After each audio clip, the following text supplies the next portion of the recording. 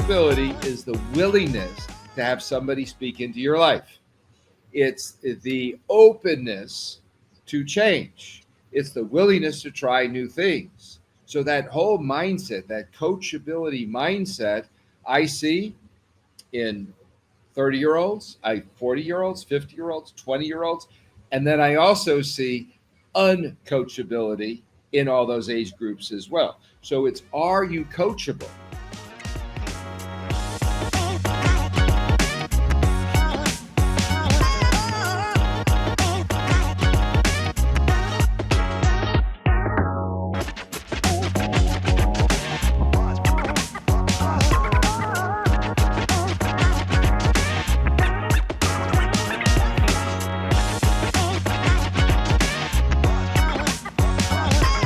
All right, everyone, welcome.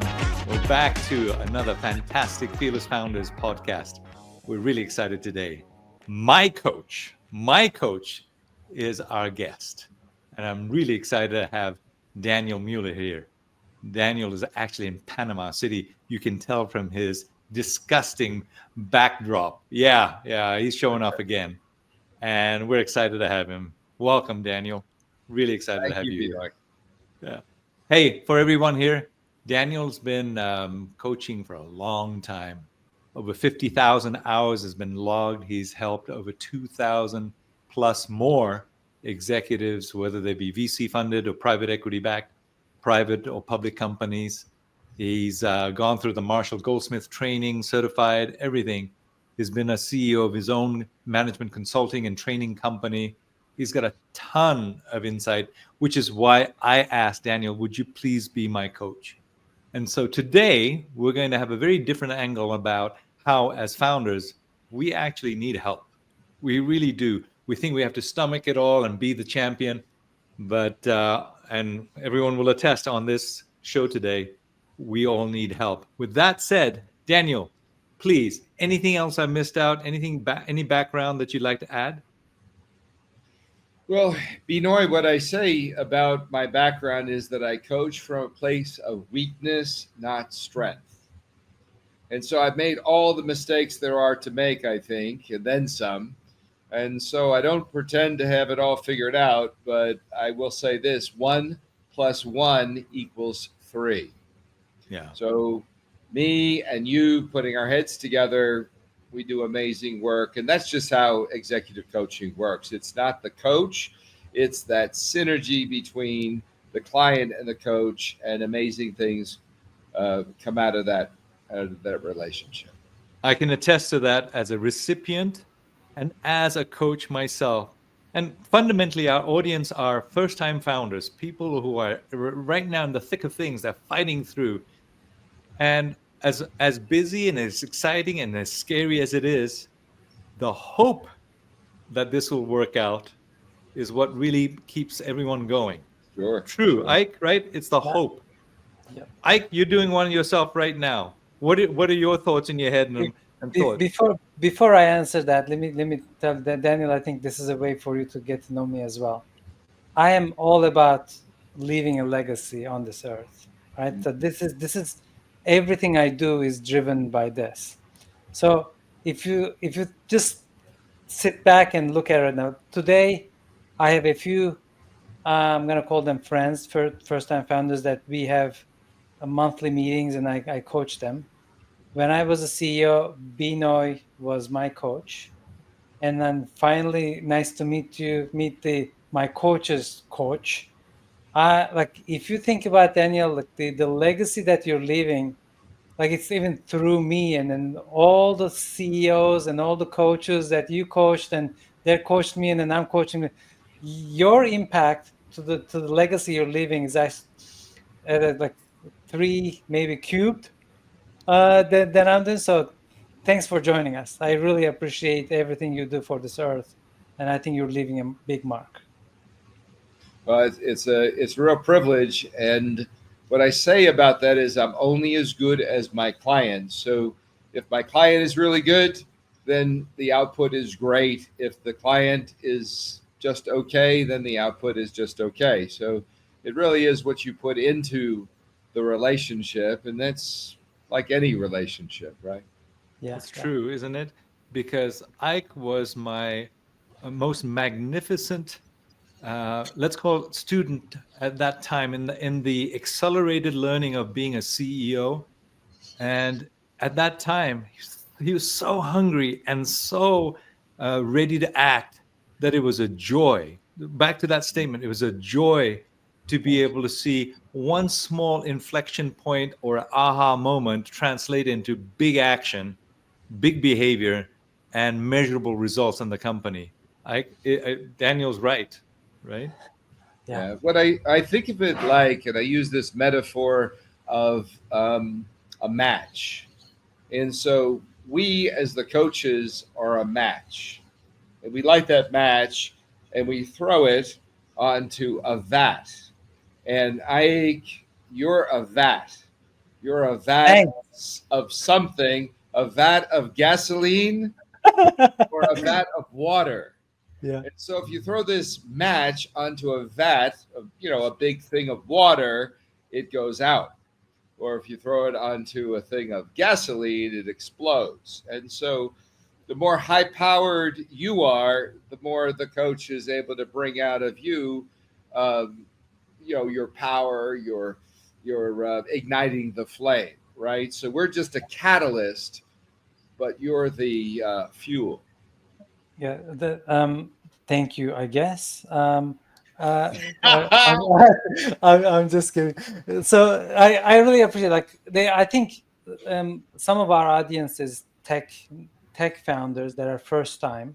So I know that for the first time, like, you're drinking from the fire hose. Company is changing constantly. You're supposed to make decisions, 100 decisions a day, and sometimes the speed of the decisions is more important than at that stage, it's like waiting and not making decisions and telling everybody to wait until I sleep over this weekend.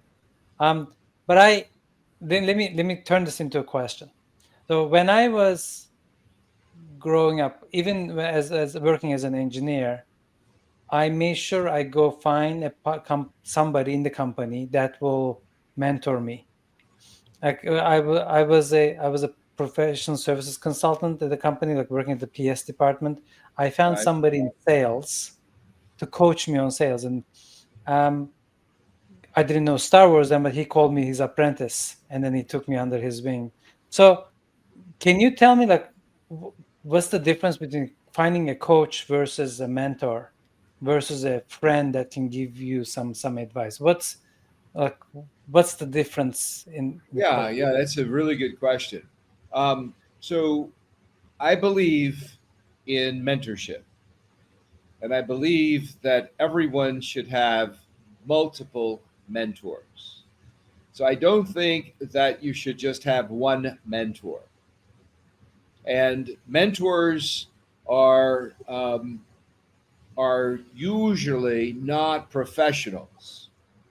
So an executive coach is a professional mentor, and we have a discipline and we understand how to go through a certain methodology to bring out the best in you. Now, mentors that are not professional mentors, well, they haven't gone to school and they haven't studied it, and so they'll do the very best that they can in helping you.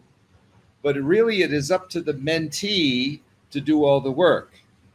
Mm-hmm. So, as a joke, I say this: there's three rules in coaching.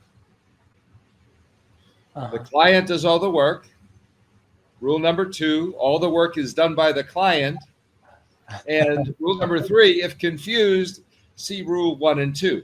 And that must be the same three rules for mentorship. Yeah. The mentee does all the work. So you have to work really hard at being a good mentee, because most mentors are not good mentors because they haven't studied it. This is not what they do. They're willing to speak into your life, they're willing to help you, but they don't really know exactly how to do that thing called grow you to the next level, where whatever. So there's several types of mentors. Number one, there's the intentional mentor. That means I go to you and I say, I've got a gap sales, and you have been a CRO times five, and you're in my space, you understand my industry, you understand the whole sales cycle. I need you to help me grow in this area. Great. So that's intentional mentorship. And one mentor is not the panacea for what you need, because you have the mentor in sales, but you may need the mentor in finance. So you need a CFO that's been there, done it, got the T-shirt. You can't afford a full-time CFO. You can't even afford 1 day a week CFO, but you can afford to befriend a CFO type that can give you advice from time to time on the CFO function, right? And so you should have multiple mentors. Now, I think of the principle of threes a lot. So I think you should have one internal mentor. For example, a member of your board, maybe you're in the seed stage, so it's friends and family. And by the way, most of my work is in high tech execs and a lot of founders, a lot of seed stage. So I understand your space enough to be dangerous. And so maybe it's one of your angel investors. Maybe it's a family friend that has gotten the T-shirt, but then also somebody outside your ecosystem that is related and can look in and right. So multiple mentors, somebody internal to your core business, somebody external, and then someone that is a subject matter expert. Maybe it's an industry mentor, right? If you're, or a go-to-market mentor, or product market fit mentor, etc. So multiple mentors. Now, usually mentors are not paid. So what is Binoy?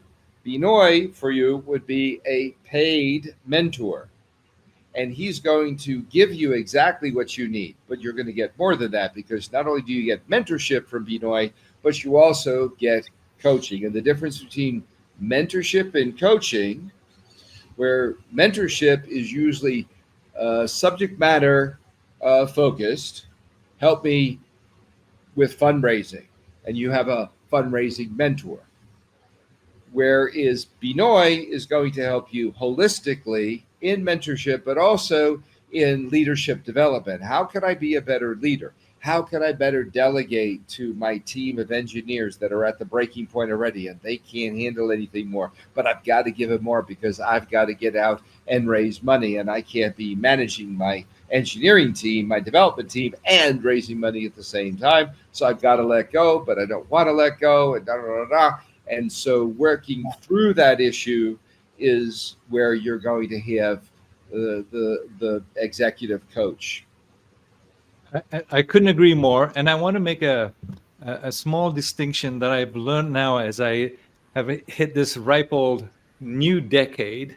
And that is, the older I get, the more I realize when I was younger, I would fold my arms and I have to do it by myself. And I've learned that age actually helps me be smarter, because now I ask for help. And if I had asked for help so much earlier in my life, as many of my past coaches have done, I am in awe, because they are able to accelerate and grow so much earlier. But most people still, I believe, Ike, you tell me this, the young ones think, oh, I've got to do it by myself. I've got to suck it up. I've got to figure this out. When in fact, the smart ones go, I'm going to go get the mentors, like Daniel's talking about, a coach, whatever. That is a mindset I believe if we could just change from day one, they would explode in their performance and their happiness. Totally, yeah, I would totally agree, but I've got a lot to say about this. And so, number one, I don't think it's a function of age. Number two, I don't think it's a function of intelligence. No, that's true. I think the function is coachability. So a couple of data points. Number one, I've been coaching since 1987. In 1987, where coaching came from was the 70s and industrial psychologists fixing problem children in the Fortune 500. So you have a dysfunctional executive, you call this industrial psychologist, that now they're calling themselves a coach, and they're doing psychotherapy in the workplace. Okay. So coaching had a really bad rap. No one back in the 80s and early 90s wanted to have a coach. Why? It was the kiss of death. If you had an executive coach, there was something wrong with you and they were trying to fix you. And oftentimes it was last chance coaching. Okay, fast forward.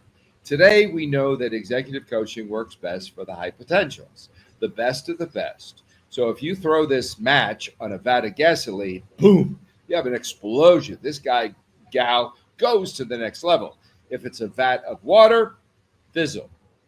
Okay, so what is the factor? What is that special something? It's coachability. And what is coachability? Coachability is the willingness to have somebody speak into your life.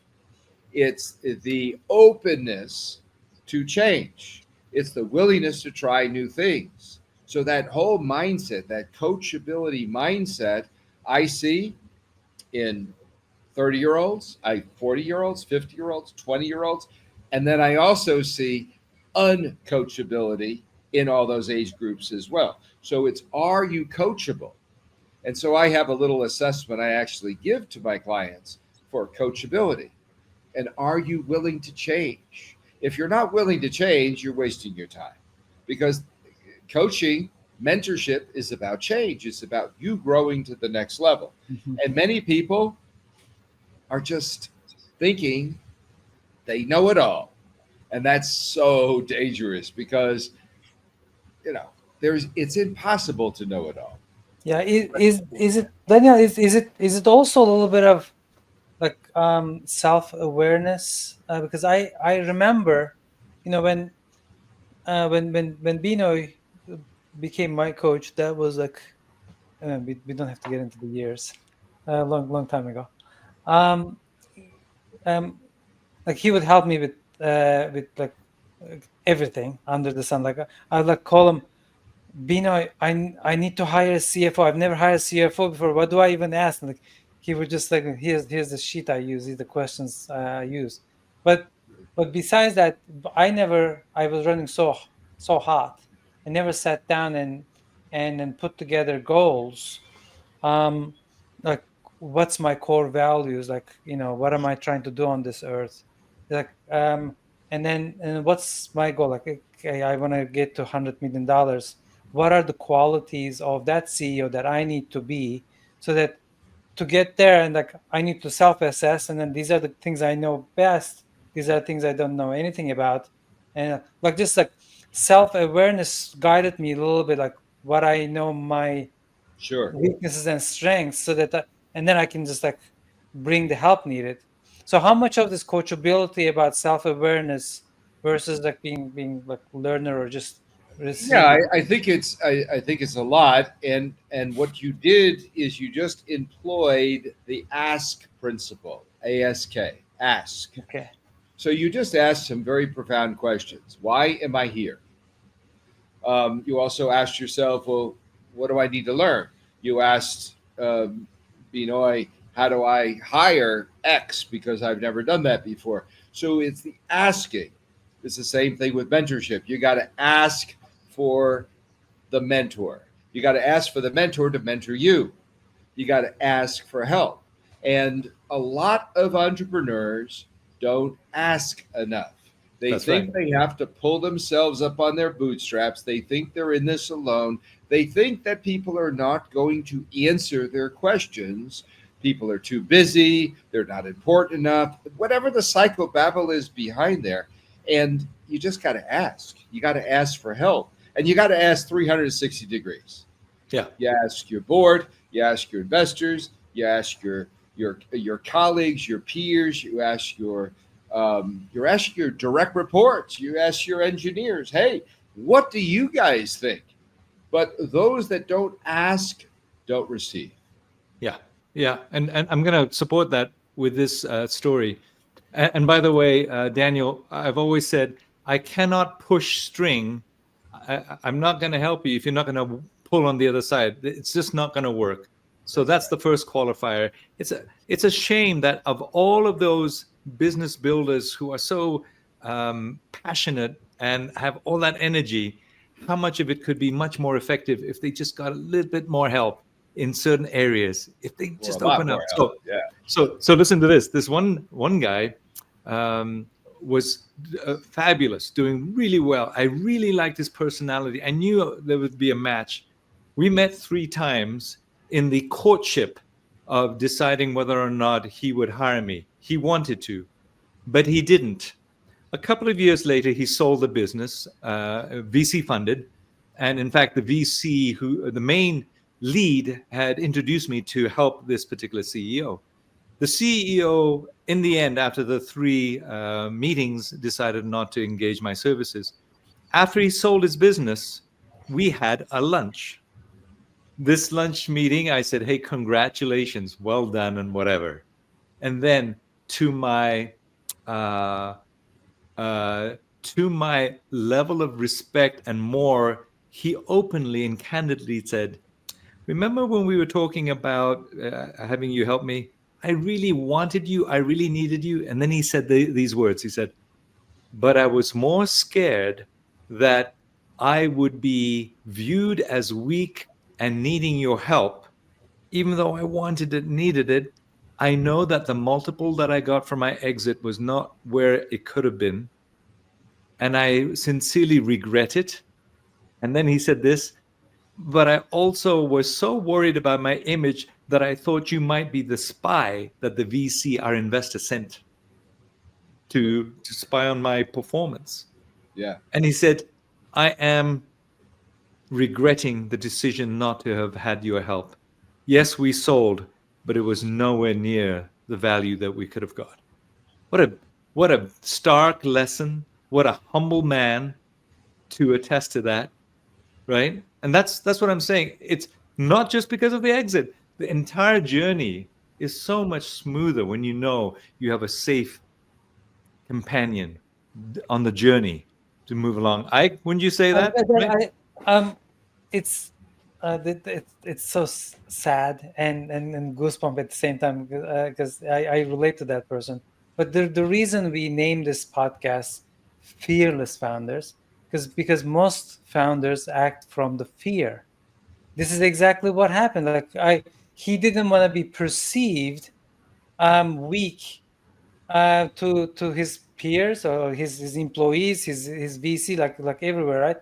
So if we can help our audience not to act out of fear, but just overcome that, I think that would be the best way. Daniel, maybe you have a few tips. Well, I would say this that fear puts us in survival mode. Yeah. And when you're in survival mode, what happens is you're scrambling. You're scrambling to survive. And you're moving so fast, you don't take time to slow down and think. And that think time is so critical because you could get down a road very, very fast and then turn around and look and say, "Oop, I got down the wrong road." So it's not only speed of execution, but it's the quality of the execution. Where are you going? And having that ability to think strategically. And when you're in fear, you're just go, go, go, move, move, move.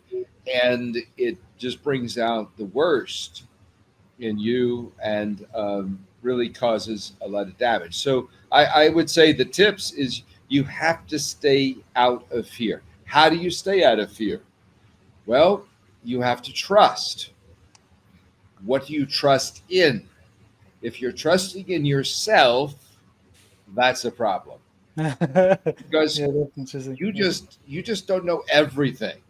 So if you're putting all your trust in you and your core ability to just muscle through, you're making a huge mistake. And even if you're successful, to Benoit's point, you're limited in your success in Yeah. many different ways. Yeah. Yeah. So, so I think it's really important not to trust in yourself. Bina, let me just drop something here. One of the things that I learned from your coachee, Daniel, um, was the difference between reacting and responding to something. Mm, So I actually recently helped a friend. He was so proud of himself that he would come up with a solution to a problem, and when an employee answers the question, the speed of the answer was so making him feel so good. I told him that's not the right way to measure your success. Right. Like you need to think and just take a deep breath and think and then respond so that your mind has a chance to contextualize all the components that might be affected by it. Right. So I made him count the number of reactions and responses that he was doing every day. So like at the end of the day, he realized the number of reactions were a lot higher than responses, so that he can regulate himself. So that's one of the things that I learned from Bino and then pass it along. Yeah, and I would go one step further. Huh. I would say this: it's not only responding. How much more powerful would it be if he asked a question of his Uh-huh. team and drew out their brilliance instead of him being brilliant and pontificating, right? Gotcha. Because Gotcha. that's it's an endorphin release though. In other words, if I'm the brightest guy in the room and I've got answer after answer, it feels great. Yeah. But But what it's yeah, producing is a dependency upon you, and you always have to be the most brilliant guy in the room, and that's a problem. yeah, but and asking also creates, and there's another beauty in that.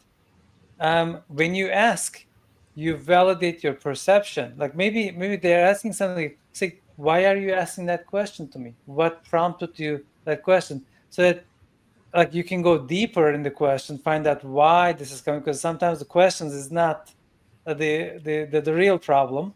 But also you double check your own perception of the question before you get to the bottom of it. So yeah, it's Right. beautiful. And I would say this that executive coaches, what we're best at is asking very insightful, provocative questions that'll cause you, the client, to think.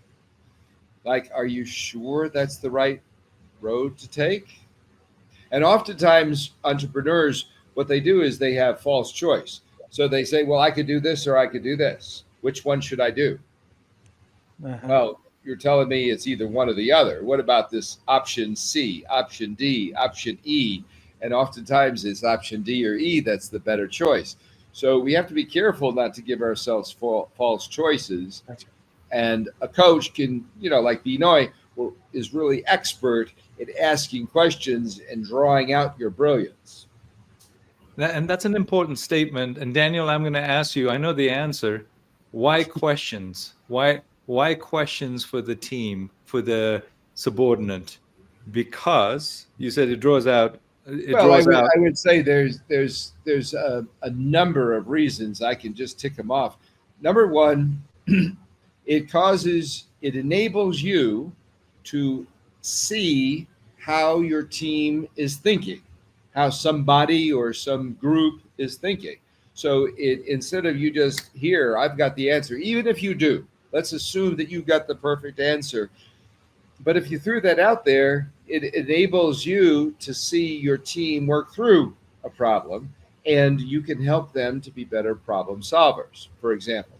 Number two, um, you may not have the answer. You may think you have the right answer, but actually you don't. Number three, you can get greater buy-in this way. So you may Yes. have the right answer, but if you ask questions and you kind of have a discussion around this, you can gain buy-in from your team to go in a direction instead of we are doing this. It's we're doing this together, and then you have the full alignment and support of the team. So there's three, and I could tick off a bunch more. Fantastic. One of the things I have always espoused to any of my clients is please consider yourselves in the enlightened stage of leadership to be a coach. The best role that you can be in order to scale your business is to be a coach, because then you're not the know-it-all, you're not the limiter in the organization, and you're helping everyone with working with you to grow their own spine of confidence as Yes, you sir. ask for their input, for their ideas, as you create an environment of trust, and it's Yeah. safe to experiment and try. Otherwise the business never evolves and you never get to the highest level of innovation, because then everyone feels good and trusted and supported, and emotionally they're not being pigeonholed into that's just your role, that's all you do. But by asking these questions, people are enabled, supported, and they become more creative. Oh, it's okay to come up with ideas. I thought I had to go to the boss to get all the ideas and all the answers, and Right. that's a terrible way to lead. You turn into a coach, and you'll become a better leader by influencing them to kind of innovate from themselves, for themselves, and the confidence grows in that team. That's why I've always espoused that. Yeah. And Strongly agree. I've got to ask you, then there are those mentees, coaches who don't do very well. They don't, they're not coachable even after they're paid for the services and such, right? So, Oh so yeah. they say, hey, Daniel, be my coach. When is a coachee not a good coachee? Well, I would say that usually, if somebody is hiring us as their coach, they are coachable. Where I find it breaks down is when I'm brought in by the CEO of a company and he or she says, I want you to coach me and my whole team. And so I'll be introduced to the whole team. And of that whole team, let's say there's 8 people on the team, it's going to be a continuum. So there's going to be the most coachable guy and the least coachable guy. Guy meaning guys and gals, right? And it's interesting because I would almost always predict the most coachable is the highest performer on the team. Yes. So your A players, the best of the best, are hungry for development. So you should go to school on that. If you're an entrepreneur and you've got a team of a couple of guys that are working with you, where you're going to spend your most time, generally speaking, is with the lowest performer. And your highest performer, you're going to say, oh, they've got this. But they're the one that's the hungriest for development, and they're not getting it from you. And they are a, um, a target for recruiters and target for being taken away from you to another company where somebody is going to say, hey, come over here. I'm going to develop you. I'm going to mentor you. I'm going to grow you. And they say, yes, because I'm not getting fed where I'm at because my boss is spending all his time with the B's and the C's. And the A performers know they're A performers. Yeah. And the A performers see you spending your time with C performers, pulling your hair out instead of just firing them and trying to get more B's and A performers. It's true. It's a true statement. And you know this. Every time I work with a coach, 90%, 95% of the time, inevitably, it also results in helping some of their C-level direct reports to the CEO. But there's always room for the chemistry to improve between the person to person, never mind the one to many leadership impact that the CEO needs to have. And the dynamics change. And so coaching also helps understand how to bridge the gap as well as increase the performance of the individuals and the cumulative team. And if people just understood that from early on, that this level of help, we deem it executive coaching, CEO coaching, is an absolute accelerant to the overall performance and, in the end, valuation of the business. If you're a tech venture-backed firm, to be able to ensure a much higher probability of success. Again, I said much higher, not a guaranteed, because it always comes to too many variables. Oh, yeah, and that brings to mind blind spots. So, what is Yeah. a blind spot? A blind spot is completely blind. We don't see it. So, right now, what you guys don't know is that I'm not wearing any clothes below my waist. I'm naked, but you can't see it because I'm head up, right?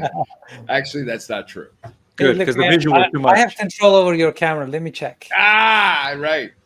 But the fact is that it's you have a limited view into me. I have a limited view into you.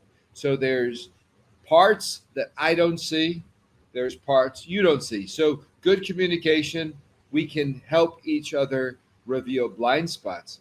But I can tell you story after story after story where I started coaching someone.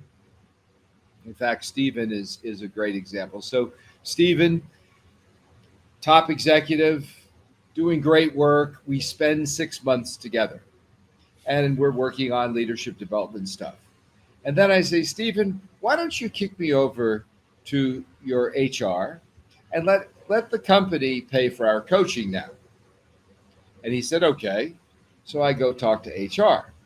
And I know the very first question HR is going to ask if they're interviewing me to be a coach to one of their people. And that is, tell me your methodology. And there's only one right answer. My methodology is this: I start with a qualitative 360-degree assessment. Why is that the right answer? Because it's best practices. Why is it best practices? Because of blind spots. So, what is a qualitative 360? I interview, and I did interview, Stephen's boss, 5 peers, and 7 direct reports. So, 10 people in total or so. And I asked them for 30 minutes each about Stephen. And I said, what should Stephen do more of? Second question, what should he do less of? Third question, what should he continue doing the same of? Now, the report was totally consistent. There was one thing that Stephen was terrible at. His boss said he was the worst at meeting management. His meetings started late, they ended late. There was no deliverables. There was no accountability. I mean, everything that you could. Well, his peers said the same thing. He's late all the time for our meetings. He doesn't take notes. He's working on his laptop, whatever. His direct report said the meetings were a mess. Now, I worked with Stephen for 6 months. I had no clue. We did a qualitative 360. He fixed that in 30 days. He became a world-class meeting manager, but it was a complete blind spot.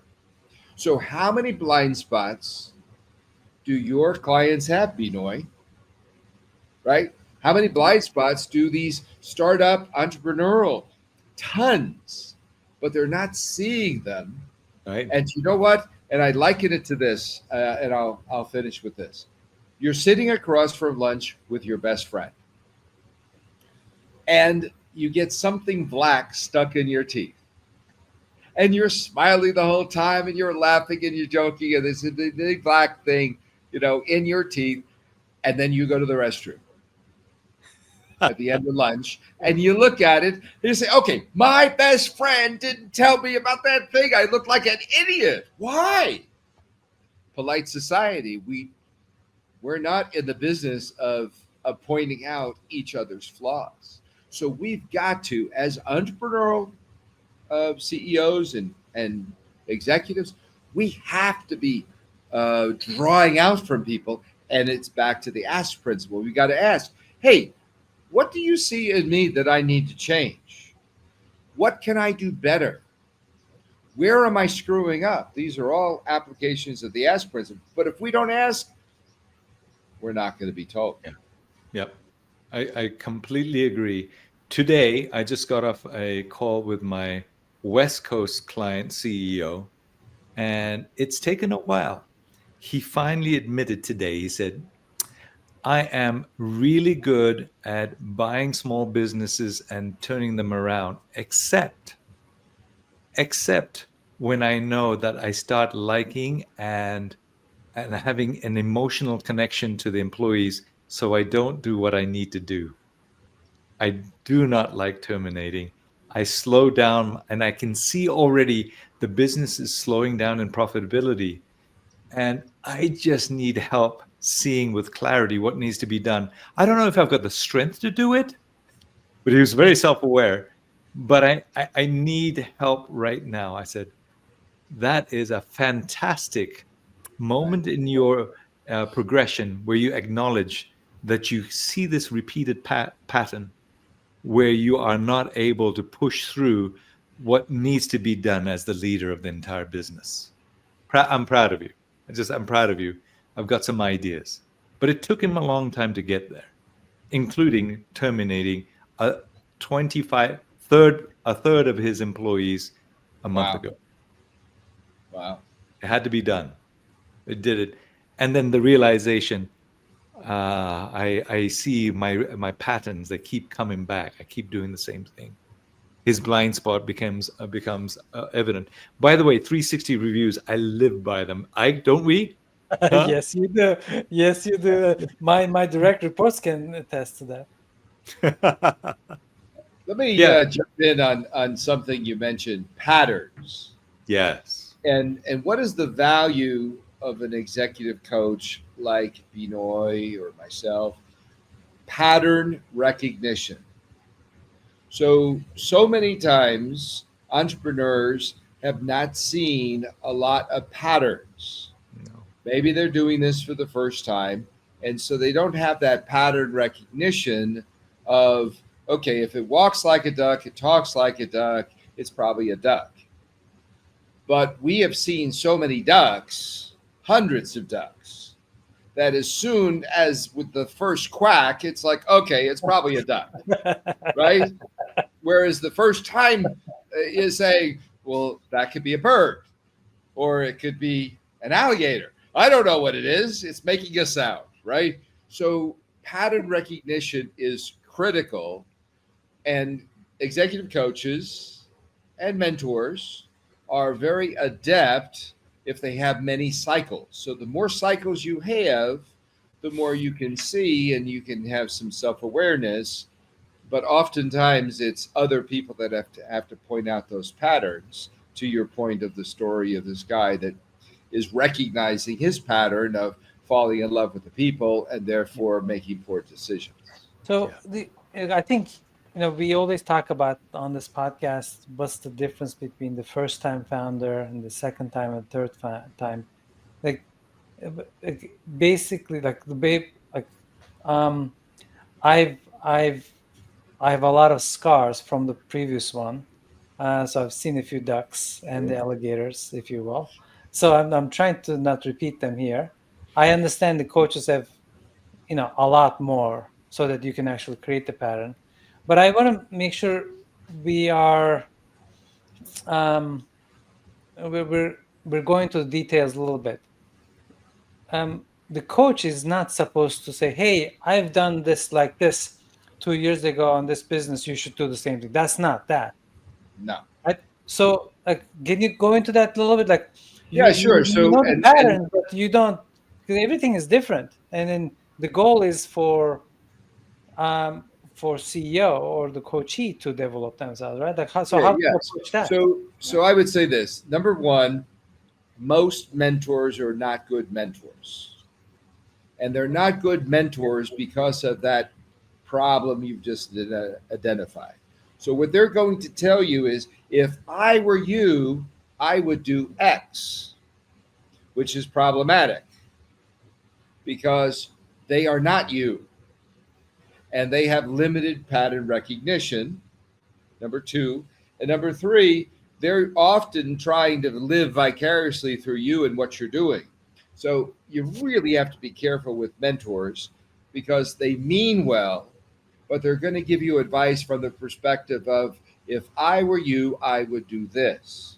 Now, a professional coach doesn't do that. A professional coach learns all about you.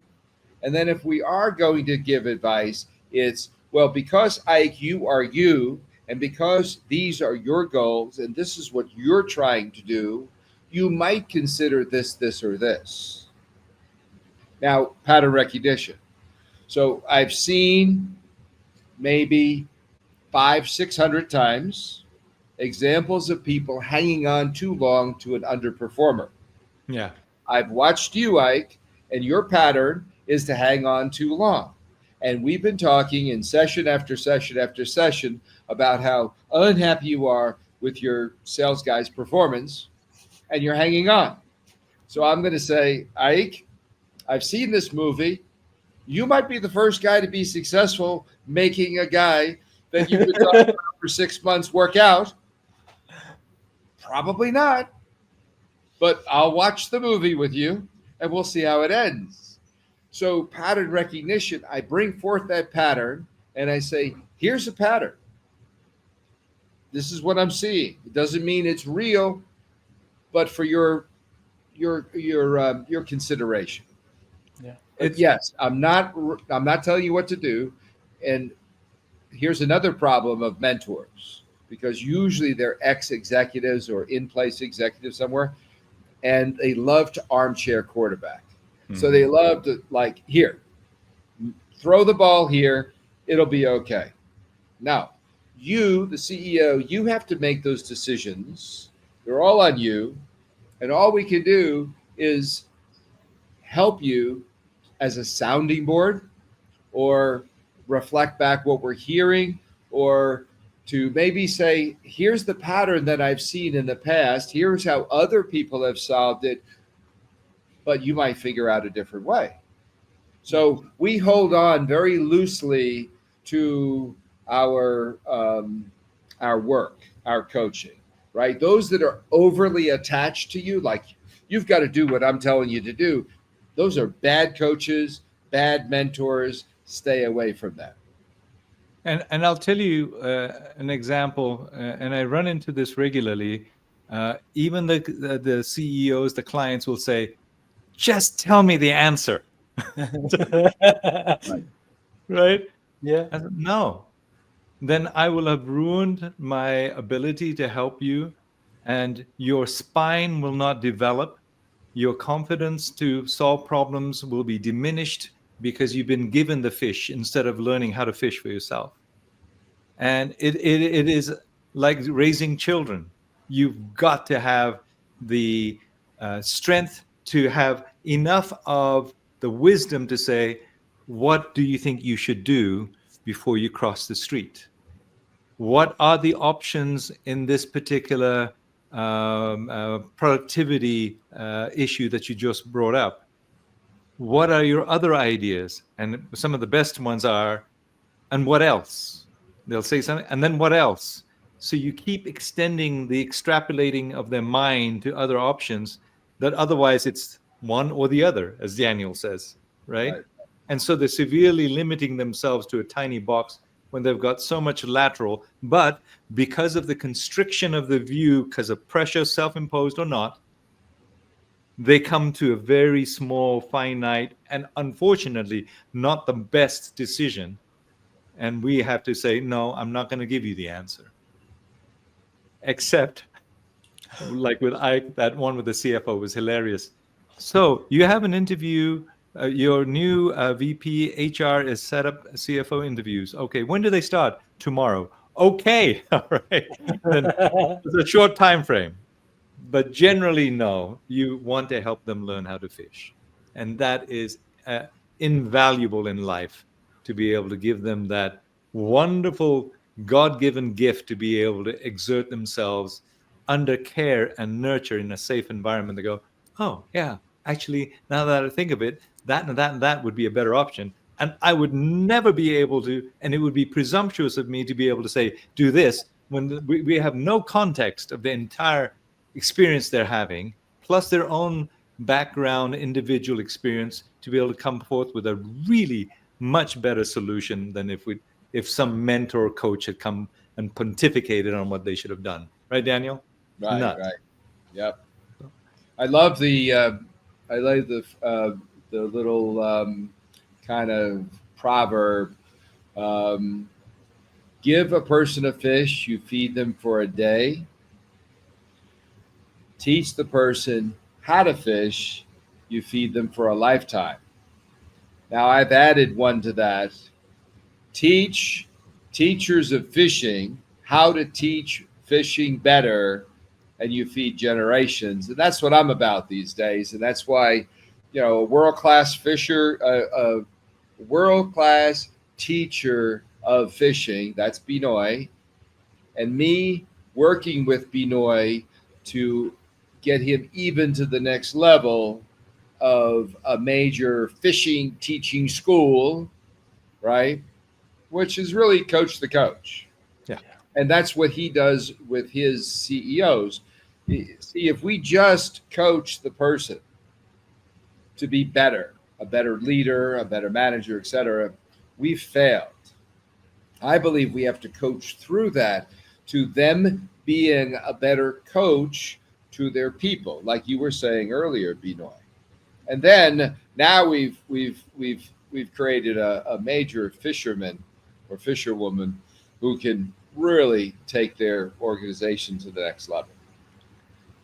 Daniel, in your journey, and you've seen this and too many times, some of the uh, environments in which the coachee asks for help, they're desperate for something, they're in pain for something. When do they reach out?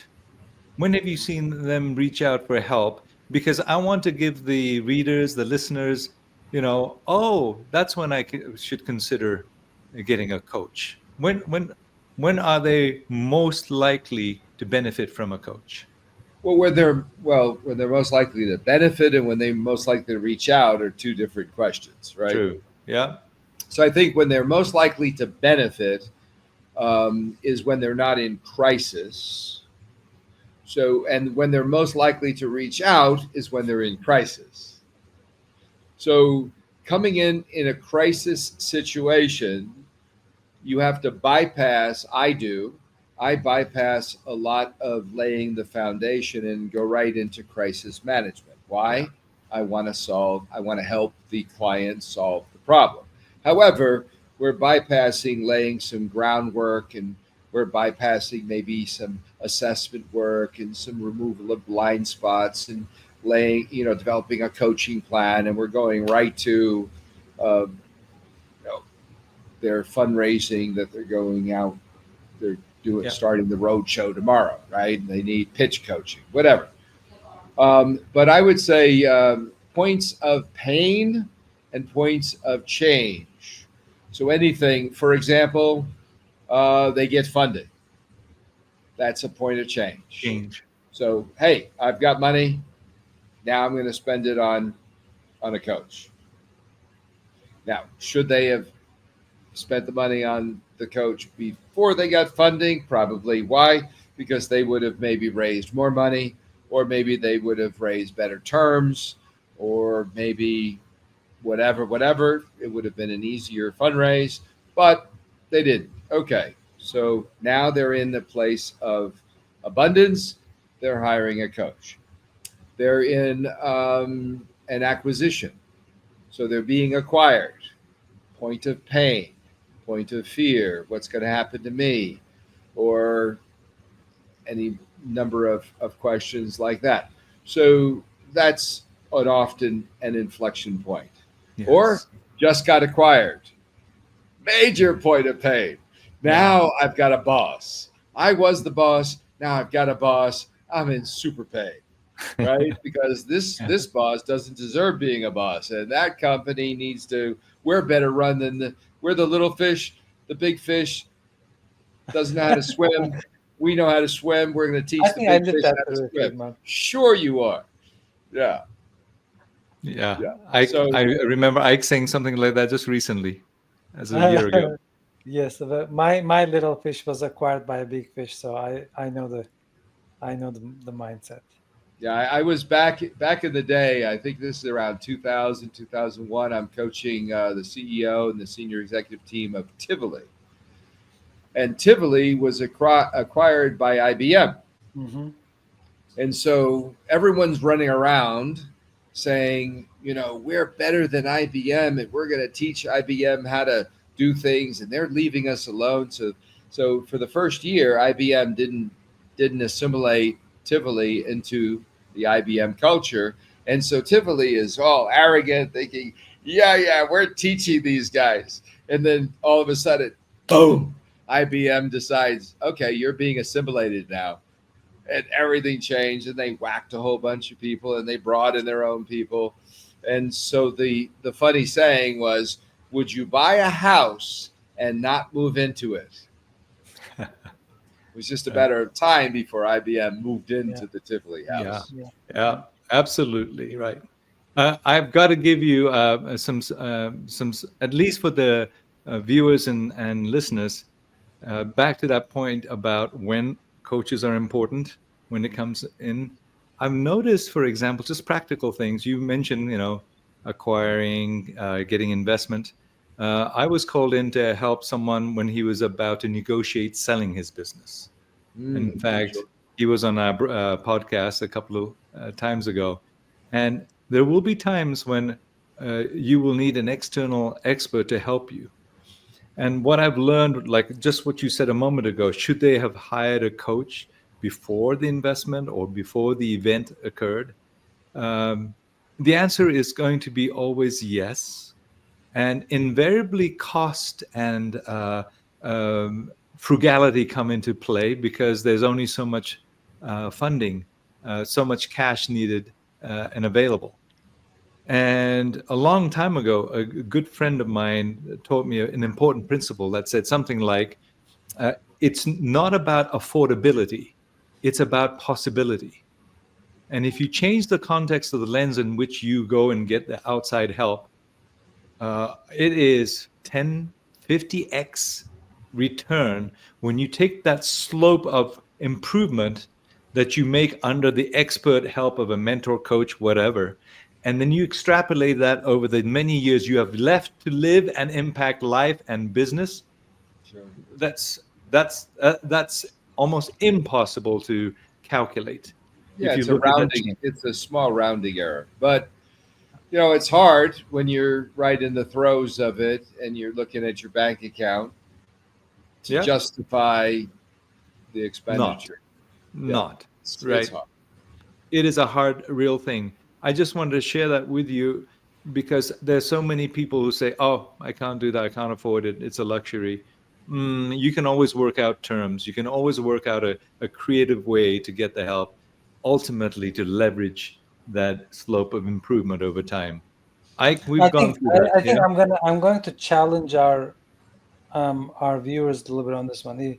Like I know everybody is in their different parts of their journey. They might make decisions based on like maybe the cash that they don't have, right? Or they're running so hot they don't have time for it, or they think they can do better, or they know that they don't know how to pick the right one. Because if you just bring somebody that is mediocre, you're just wasting time. I think it's maybe a challenge that I'm going to give to those founders. If you think you're best of the best, it's your job to go get the right CEO coach or right executive coach. And like get the find that's gonna make you 10x return. It's Yeah, if you think you're the businessman, go find that. that's true, If right? you can't, then Yeah. you need that person anyway. Yes, it is. It is an unfortunate quagmire because we're always fighting in the trees and cannot see above the trees.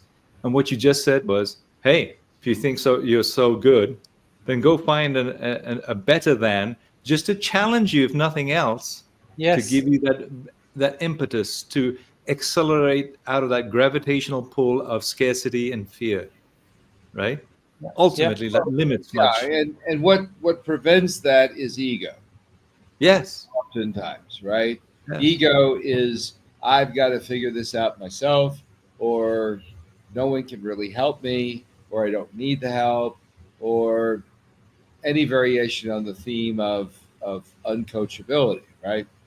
So everyone should have multiple mentors, and Yes. those that have mentors naturally are more coachable because they're accessing people and they're asking for help. Yeah. Those that are not asking for help um, are just not nearly as successful. I'd like to say this: 70% of my clients to this day still have never had an executive coach. Still, so for the last since 1987, when I started coaching, I thought, "Wow, coaching is about to explode." I've been saying that for 30 plus years. Why has it not exploded? Well, it hasn't because it's it's it requires letting go of ego and saying, I need some help. And it's just like, going in to a counselor, to a therapist, right? And saying, I need some help. But we haven't had that adoption in the executive world because of ego. I'm supposed to be able to do it. I'm the CEO of this startup, and they're looking to me for leadership. They're looking to me to have the answers, and I've got to do it. And I can't, you know, I Yeah. can't ask people for help. So I'm go ahead. Go ahead. Pina. I'm going to just say this really quick for everyone. I have learned, and I've said this even this week. It's a short Thanksgiving week over here. I've said, people have asked me, I said, do whatever you can, including taking people out to lunch, buying them C's candy box, if you know they like chocolates, whatever it is, but go and ask from someone better than you on the topic that you want to learn from. I encourage all of my kids. I take my grown boys with me to business lunch so that ultimately I can show them that dad asks for help all the time. They should too. It is too, life is too short to not be able to get your talents unleashed because you're too scared and have to create this ego driven blanket that says, I know it all, I can do it by myself. The older I get, I go back to the opening statement, ask for Right. help, And do whatever then it I would, takes, get help. Get yeah, and then help. I would say this: there's the other end of the spectrum. So there's the ego, and then there is the other end, which is low self-esteem. Yes, Now, you wouldn't think of it as low self-esteem, but really it is, it is. because self-esteem is situational. So you can have high self-esteem with your spouse, with your kids, with your sports, but you can have low self-esteem in terms of your functional abilities as a CEO, for example. So many people are reluctant to ask people for help because they don't think that this person will say yes. They don't think that they're worth investing in, or this person is too busy for me. They won't spend the time. So I've got news for your audience. The older we get, the more we want to give back to the world. It's just a normal and natural thing. And you'll interview 50-year-olds and 60-year-olds, executives, 70-year-old executives.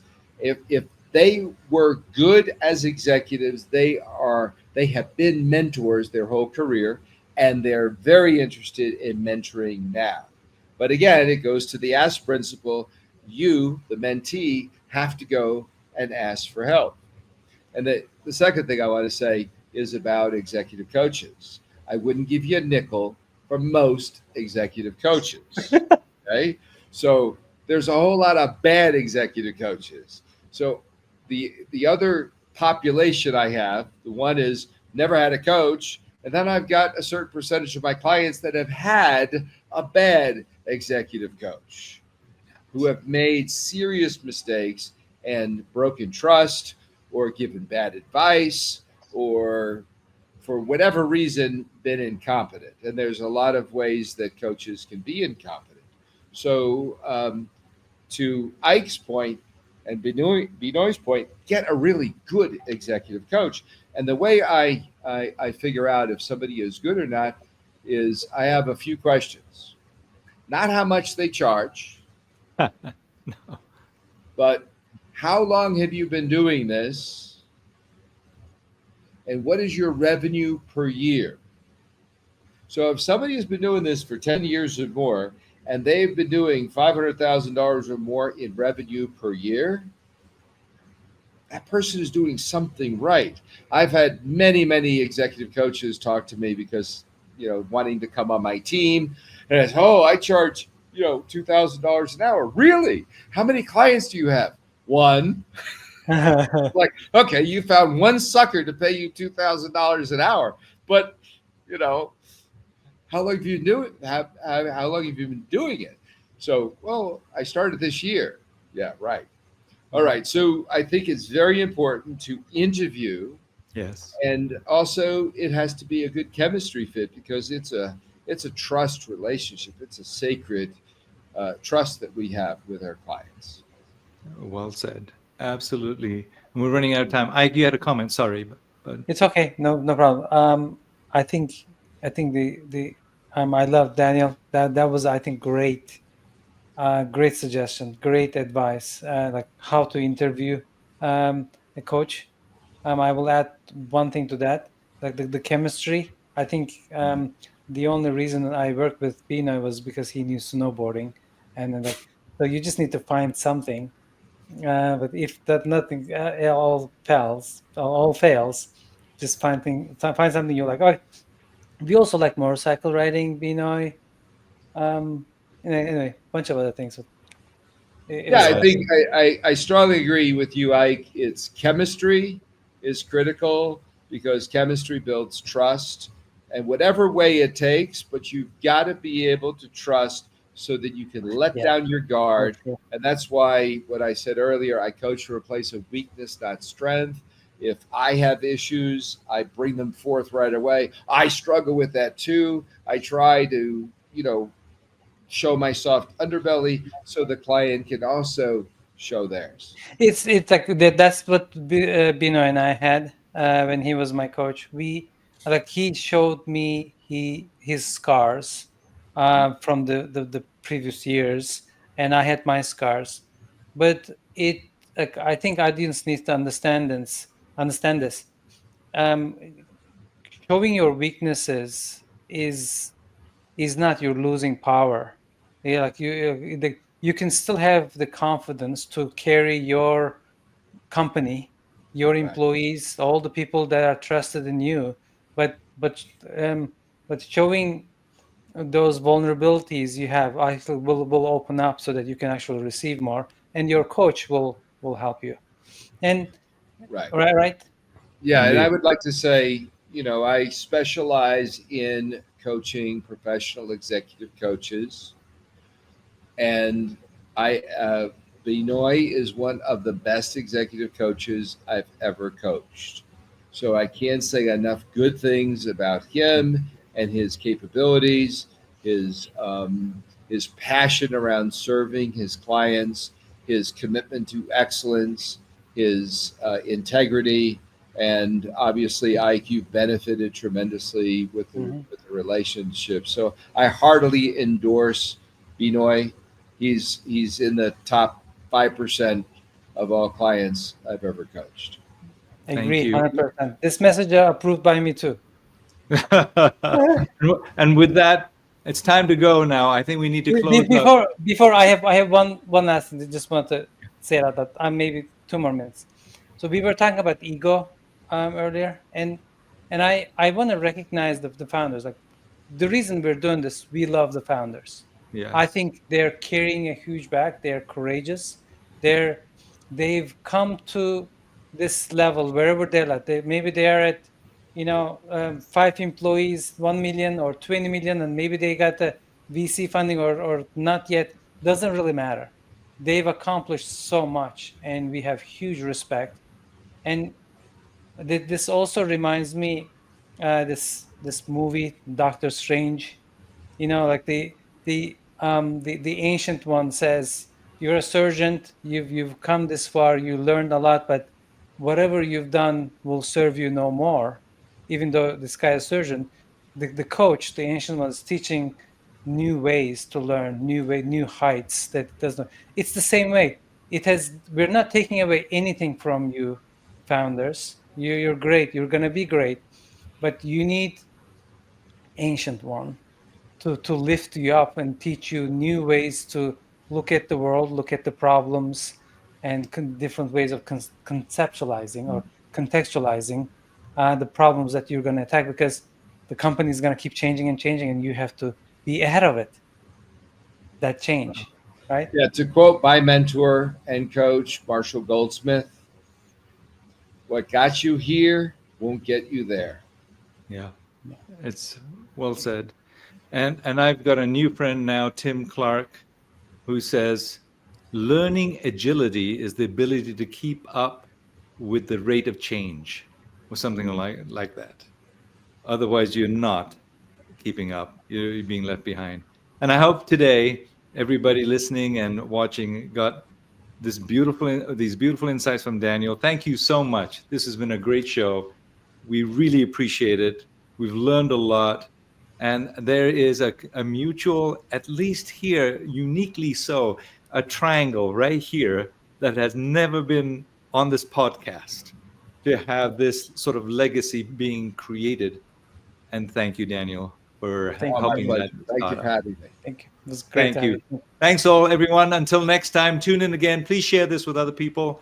We want to help the underdogs, and founders are the biggest underdogs out there when it comes to the mountains that we have climbed before and you are now climbing. Best of success. See you next time. Thank you.